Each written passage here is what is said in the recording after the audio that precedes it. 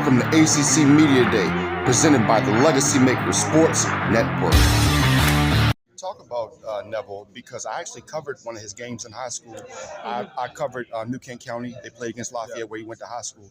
I know he was going out to Harvard, and then he's back here. Talk about his impact and just what he means on this football team. Yeah, he's a stud, man. He big kid, 6'4", I think 245. Wow. Yeah, he can move though. Gritty, he can, I've seen his highlight tape. He loves to block, but then he's also moves well. Loves to run routes, catch passes, and go. So he's going to be a huge asset for us. And of course, he does come from Lafayette, like I said, and that's 757 area, and that's a really, Lawrence Taylor from the past, stuff like that. So you have that weapon going for you. What do you want your legacy to be at Virginia? Because you know the quarterbacks they've had before. What do you ultimately want your legacy to be at Virginia?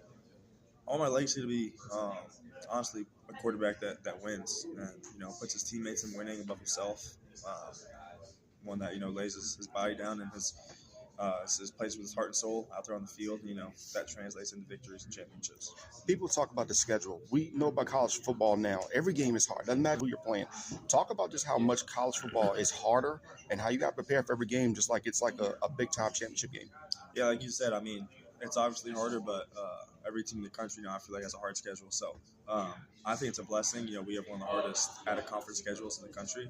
But I think that's a lot of fun, getting to go and play in some of the environments we're playing at. I think it's going to be a real good time, and it's only going to bring out the best in us and our best competitive nature. And final question, when you guys are winning and you're accomplished on the field, talk about just how explosive that stadium is. Yeah, it's awesome, man. I remember when I was injured, but that JMU game, that first game back, home game from the shooting, man, that crowd, they were behind us, they were loving us, and it was an exciting environment, man. So I'm excited to get back out there to Scott and put up some points. What's your final message to the fans? What can they look forward to?